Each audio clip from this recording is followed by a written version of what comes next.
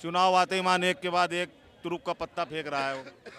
कहीं मुख्तार अंसारी मारे जा रहे हैं, कहीं राम मंदिर बनना है। 2014 के बाद बहुत गंदी हो चुकी है यहाँ की राजनीति, लड़वाया जा रहा पब्लिक को। इनको लोकसभा भंग कर देनी चाहिए, पार्लियामेंट भंग कर देनी चाहिए।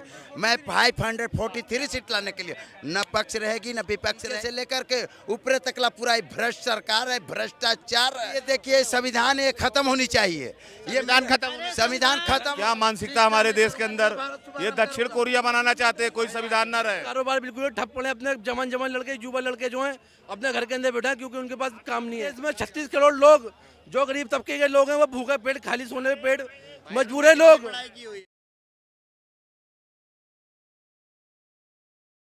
कहाँ से आए आप? सर मैं रोनी सेक्टर 22 से आया हूँ सर। अच्छा, क्या लग रहा है 2024 में किसकी सरकार बननी चाहिए? मोस्टली सर अभी इस समय तो मतलब कि हमारे जो पीएम है मतलब कि मोदी जी, हाँ नरेंद्र मोदी जी, उनका मतलब कि ज़्यादा चांसेस है क्योंकि इस समय देखिए मोस्टली हम देख रहे हैं कि जो कांग्रेस है, मोस्टली कांग्रेस जो इस समय इंडिया को लीड कर रही है, तो इंडिया जो है वो इस समय टूटने के कगार में है। टीएमसी अलग हो चुकी है, ठीक है, नीतीश यादव है वो इंडिया से अलग होकर अब बीजेपी में जा चुके हैं। नीतीश यादव? हाँ नीतीश कुमार यादव बिहार के, ठीक है, तो वो जा चुके हैं अब मतलब कि बीजेपी में।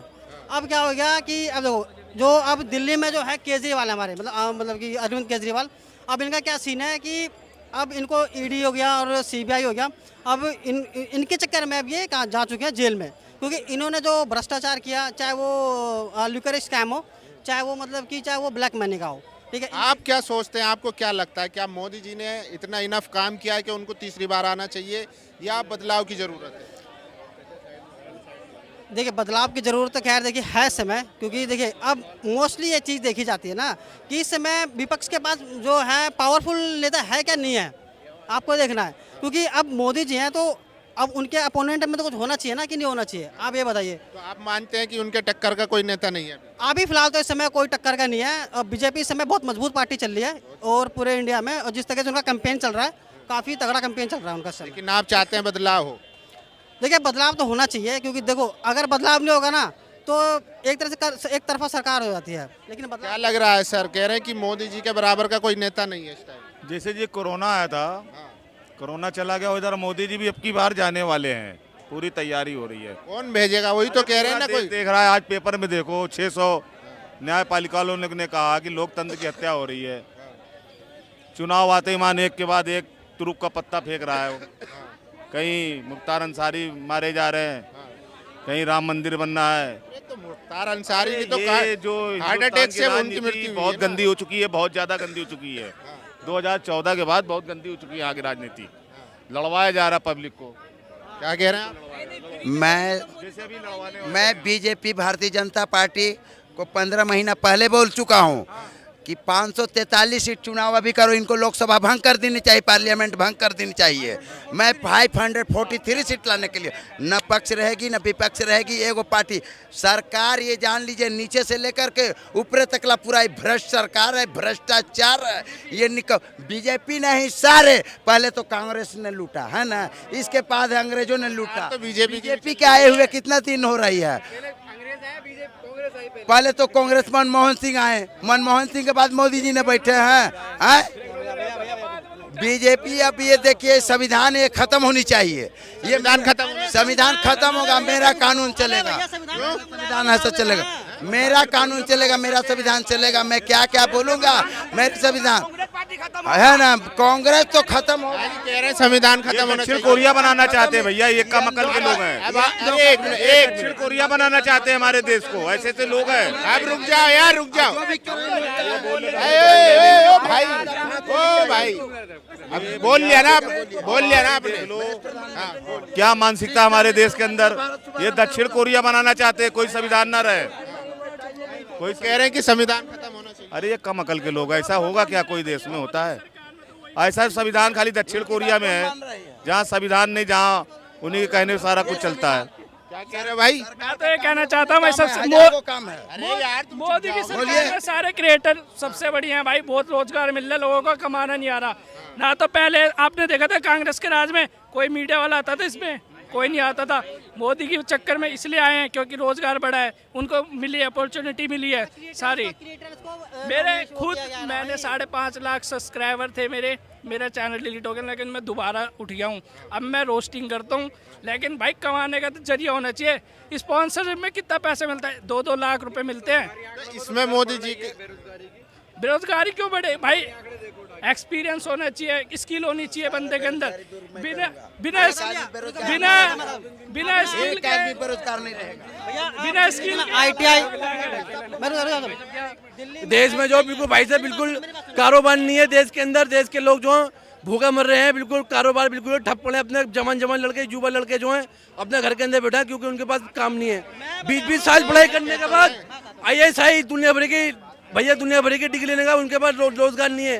क्या कहने वाले कहते हैं भैया हमारे पास रोजगार है, किसके पास रोजगार नहीं है? देश में 36 करोड़ लोग जो गरीब तबके के लोग हैं वो भूखे पेट खाली सोने पे पेट मजबूर है लोग।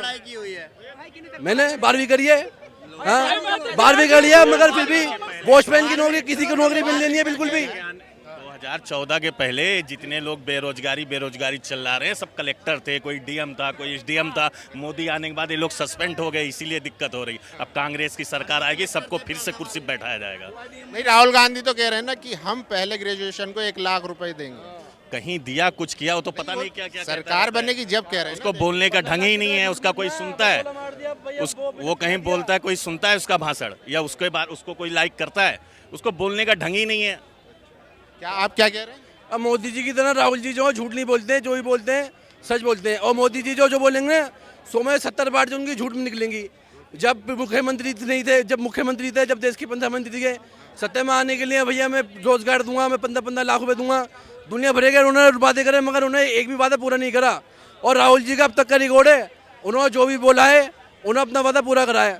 उन्होंने बोला किसानों का हम वो कर्जा माफ कर देंगे। नहीं, अगर राहुल गांधी वो ईमानदार आदमी है, वो राहुल गांधी उनके वो नफरत फैलाते नहीं है। राहुल जी पढ़े लिखे आदमी है, वो सत्ता में आ गए, वो सबको एक समान तरह से सबको देखेंगे। ये ना भैया ये भैया सिख है, ये हिंदू है, ये मुसलमान है, ये फला जाति का, वैसे नहीं करेंगे। आप इल्जाम लगा रहे हैं कि सरकार में भेदभाव हो रहा है। जी हाँ, हाँ। लेकिन मोदी सरकार तो कहती है कि सबका साथ सबका विकास। ये सब बोलने वाली बातें, हाथी के दांत दिखाने कुछ और होते हैं और खाने कुछ और होते हैं। जी सर, क्या कहेंगे? कह रहे हैं कि उस्मान चलेगा, मेरे रोड कैसे बनने हैं, अस्पताल नहीं बने, यूनिवर्सिटी कितनी बनी, इन पे कोई बात नहीं होगी। महंगाई हो रही है, महिलाओं की के बारे में कोई बात नहीं होगी, मगर सिर्फ हिंदू मुसलमान पे बात होगी। सिर्फ विकास कुछ नहीं हुआ, सब फालतू की बातें, अंधभक्तों को खुश करने के लिए ये चीज जो है। चलिए जवाब ले लेते। कह रहे हैं कि भेदभाव बहुत है, सांप्रदायिकता बड़ी है और एक तरफा विकास हो रहा है। देखो, विपक्ष हमेशा मजबूत होना चाहिए, लेकिन इस समय विपक्ष भारत में तो बहुत कमजोर है। विपक्ष के पास कोई चेहरा नहीं है कि मोदी के खिलाफ एक बार कह दे कि ये प्रधानमंत्री बनेगा। विपक्ष जो है आज के डेट में एक बार खुलासा तो करे कि प्रधानमंत्री कौन बन रहा। राजीव गांधी बन रही है कि ममता बन रहे हैं कि केजरीवाल बन रहा है, कौन बन रहा है एक बार कोई बताए तो। मैं तो अभी तक नहीं सुना कि ये है विपक्ष की चेहरा। आप बताइए, आप सुने? आज कि तक डराया और धमकाया जा रहा है, जैसे केजरीवाल को जेल में डाल दिया। आज के डेट में आप लोग भी मेहनत कर रहे हो, पब्लिक जिसके जो ज्ञान है थोड़ा बहुत दे रही है। पहली बात तो अमेठी यूपी में आता है, आपको पता होगा, रायबरेली। आज से नहीं 70 साल से वहाँ हमेशा राहुल गांधी, इंदिरा गांधी, सोनिया गांधी, राजीव गांधी, जितने इनके परिवार के थे सारे वहीं से सांसद बन के आए हैं। 2019 में वहाँ एक लेडी स्मृति ईरानी, सुना होगा आपने, स्मृति ईरानी ने हराया था राहुल गांधी को। आज के डेट में वहाँ से लड़ रही है और न्यूज़ पे डायरेक्ट कॉन्फ्रेंस करके बुला रही कि आप क्यों नहीं आ रहे हो यहाँ लड़ने, जो कि उनकी घर की सीट थी, कभी हारी नहीं थी, आपको पता होगा। चलिए जवाब ले। सोनिया गांधी, राहुल गांधी भग गए, जो अपनी घर की सीट पे नहीं लड़ रहे हैं, वहाँ जो 50-60 लाख पब्लिक को नहीं समझा पा रहे हैं, एक सीट अपनी नहीं जिता पा रहे हैं, तो देश क्या चलाएंगे? क्या कहेंगे भैया? जो अपनी सीट हार गए, जहाँ से वो जीतते आए थे, वो छोड़ के चले गए, तो वो देश क्या संभालेंगे? पूरा देश जो राहुल गांधी जी का, कांग्रेस पार्टी का है, वो भैया अमेठी से लड़े, वायनाड से लड़े, उनकी मर्जी, उनको जहाँ पे सही दिखाई दे रहा है वो वहीं पे लड़ेंगे। ऐसा कोई कानून नहीं है क्या भैया तुम अमेठी से लड़े हो, तुम अमेठी से ही लड़ोगे, तुम वायनाड से भी लड़ लो, तुम पहले भी जीते हो। भैया वायनाड से उनका दिल नहीं करेगा, फिर अमेठी से लेंगे, वो उनकी मर्जी, राहुल जी की, वो जजा मर्जी से लड़ें। वो इस बार इस बार कांग्रेस सरकार की पार्टी बनती है, पूरा देश जो कांग्रेस को वोट देगा और जो कांग्रेस पार्टी बढ़िया करके काम करवाएगी, हम ऐसे पूरा देश जो कांग्रेस के साथ खड़ा हुआ है। कह रहे हैं कि सीट तो चेंज कर ही सकते हैं, नेता तमाम नेता करते हैं। पास सीट है ही नहीं है। मोदी जी भी 17 बनारस सीट। आए। यूपी में इतना गठबंधन करने के बाद 17 सीट मिली है, अखिलेश जी ने उनको दिया है। और 17 सीट जो दिया उसमें से एक सीट भी ऐसी नहीं है कि जो कांग्रेस वहां से जीत ले। जो अखिलेश जी ने दिया है राहुल गांधी को 17 सीट, और 17 सीट अखिलेश जी को पता है कि ये सीट किसी के बस की नहीं है, ये कहीं कोई नहीं जीतेगा। 17 में से 17 में से एक भी राहुल जीत जाएगा तो यहीं मिलना मुझे 4 तारीख को यूपी में। बरेली भी नहीं, बरेली से सोनिया गांधी रहती थी, हार के वो लड़ने को तैयार नहीं। वहाँ पब्लिक कह रही आ जाओ अपने घर आ जाओ, वो जाने को तैयार ही नहीं है।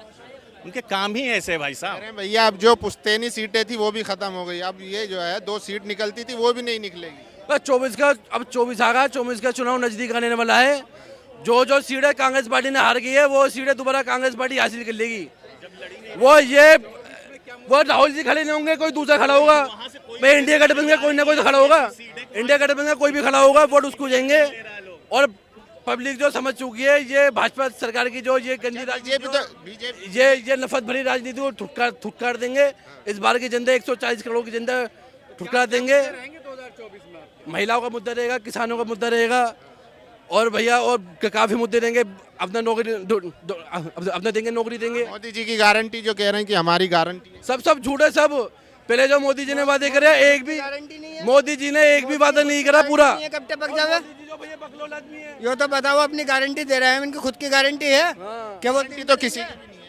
नहीं तो वो यही कह रहे हैं कि मैं गारंटी दे रहा हूँ या मैं 400 पार जाऊंगा। ऐसा भी तो हो सके कि वो विकास की गारंटी दे रहे हैं। विकास की, तीसरी बार सरकार बनेगी तो विकास डबल तेज। विकास कहाँ से करेंगे? इनका वो एक काम करते हैं, खाली जो किसी भी टीम में होगा ना, और जो जिसने साथ छोड़ दिया वो समझ लो जेल में पड़ा हुआ होगा।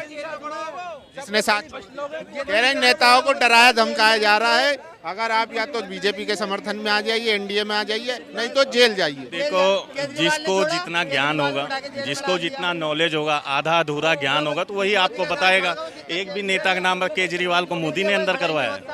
केजरीवाल को कल कोर्ट में आप लोग लाइव में देख रहा था मैं। और तमाम नेता जैसे छगन भुजबल हैं, हसन मुशर्रफ हैं, अजीत पवार हैं और हेमंत बिस्व शर्मा है, ये तमाम नेता जो पहले कांग्रेस में थे या दूसरी पार्टियों में थे और बीजेपी इन पर खुलकर धावा बोलती थी, अब वो बीजेपी में ही है। बीजेपी में देखो, उगता हुआ सूरज देख के हर पार्टी उसमें मुझे भी खुशी है, मैं भी बीजेपी में चला जाऊंगा। आप सबको पता है कि बीजेपी के आगे कोई है नहीं।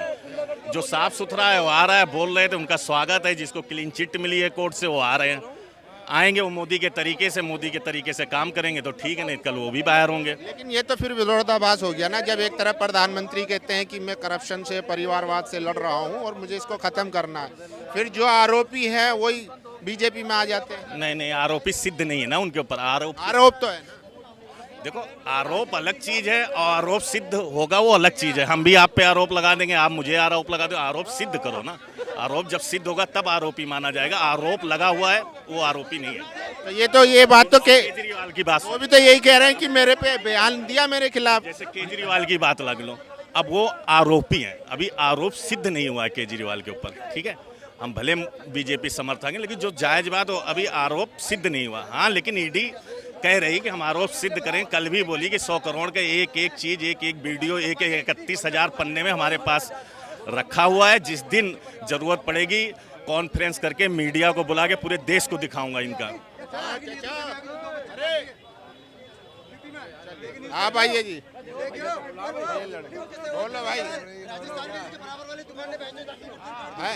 क्या कहेंगे भाई, क्या हो गया? ना वही से बात कर रहे हैं हम, ये से बात कर रहे हैं। तो क्या पूरा देश जो कांग्रेस पार्टी के साथ है, 130 करोड़ की जनता, बच्चे भी बोले, पूरा देश कांग्रेस के साथ है। इस बार इनके बैंक सीज कर दिए। देश का किसान, देश का गरीब किसान, पूरे एक बच्चा। कांग्रेस तो टक्कर में ही नहीं है। काहे को ना, पूरी टक्कर देगी कांग्रेस, जीतेगी कांग्रेस, उड़ा के फेंक देगी कांग्रेस सरकार।